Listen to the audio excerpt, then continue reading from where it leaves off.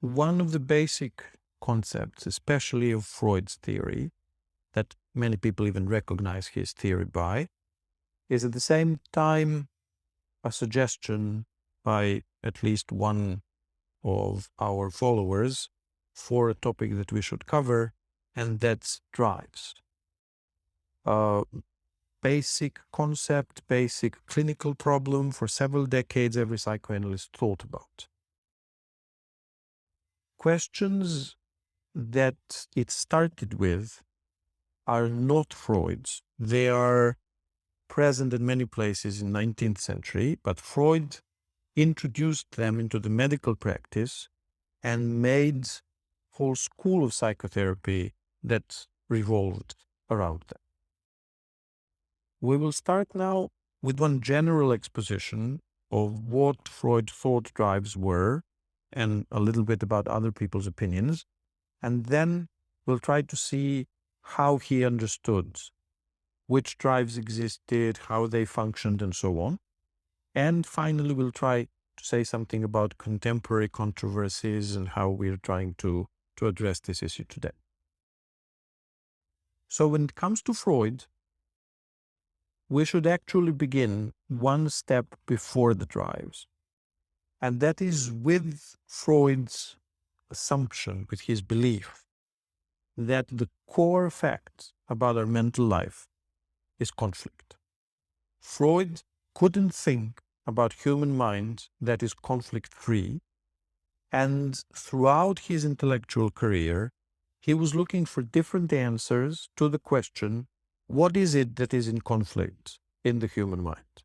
But there was never any hesitation when it came to this feeling. There's always conflict, and there had to be two forces of approximately equal power that were fighting all the time. So then the next question was more or less immediately resolved by Freud. He believed that these forces that were in conflict were drives, were more of a biological nature than of a psychological nature.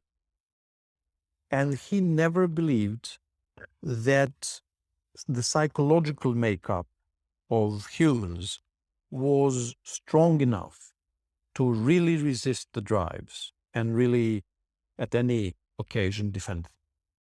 So there was something coming up from the biological makeup, from the necessities of life, from life forces, and then you could give it different names, but it was something that you could postpone with great difficulty, if at all, that if not satisfied, you would either physiologically die or psychologically suffer, and so on.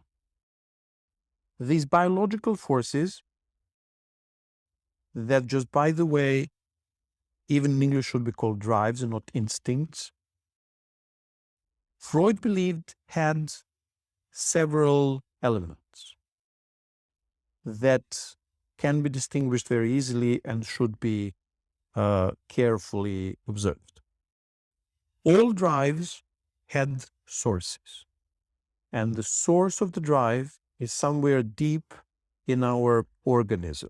It's not a psychological, it's a biological thing. We are craving for water, we are craving for sleep, and so on and so on. And it's not our decision whether we will or we won't. At the time when Freud wrote his papers, his metapsychological papers, so roughly the time of the World War I, medicine, biology, and certain similar sciences didn't know much about this.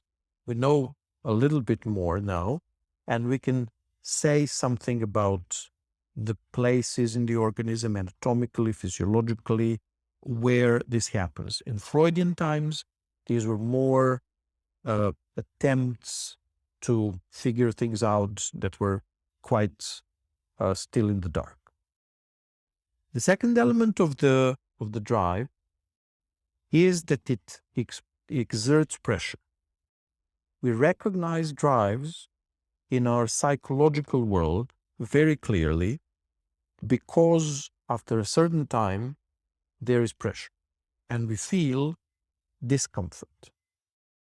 For instance, the more I'm talking now as we're recording this, the thirstier I'm getting, and with minute and then 10 minutes and half an hour, this thirst is going to become very uncomfortable and it will influence my concentration.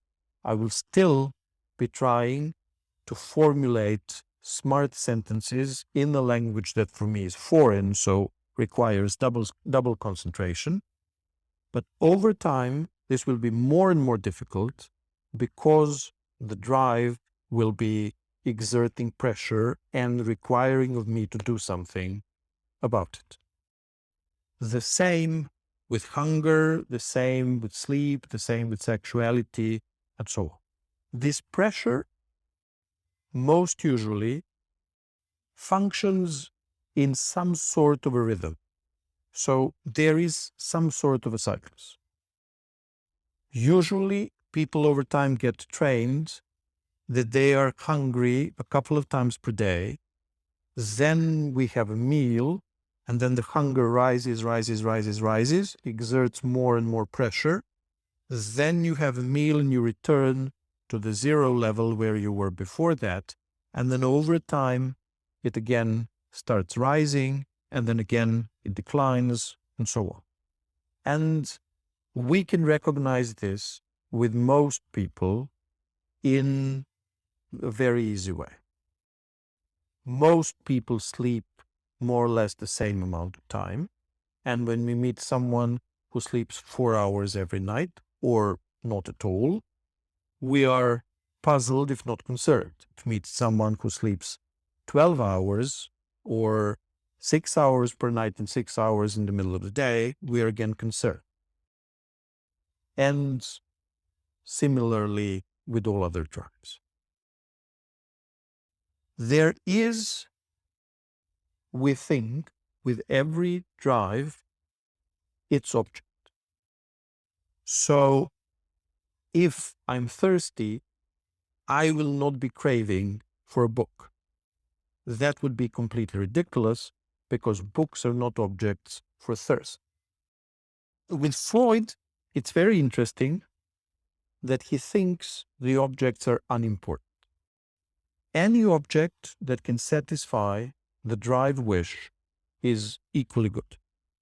So whether I will now drink water or milk or whiskey or whatever, for Freud is completely irrelevant. The same with his belief that the sexual drive does not have a natural object. So any part of the body and any person that can lead to the satisfaction of my drive is equally good. And the same with Freud's belief that babies actually love their mothers because mothers provide the satisfaction of the hunger drive. But which person is going to provide this and in what way is completely irrelevant. Only when it repeats and repeats and repeats, the baby starts connecting the satisfaction of the hunger drive and the pleasure that comes with it with a certain person, and this person becomes important. This will change completely in what is called the object relations theory, while Freud was still alive.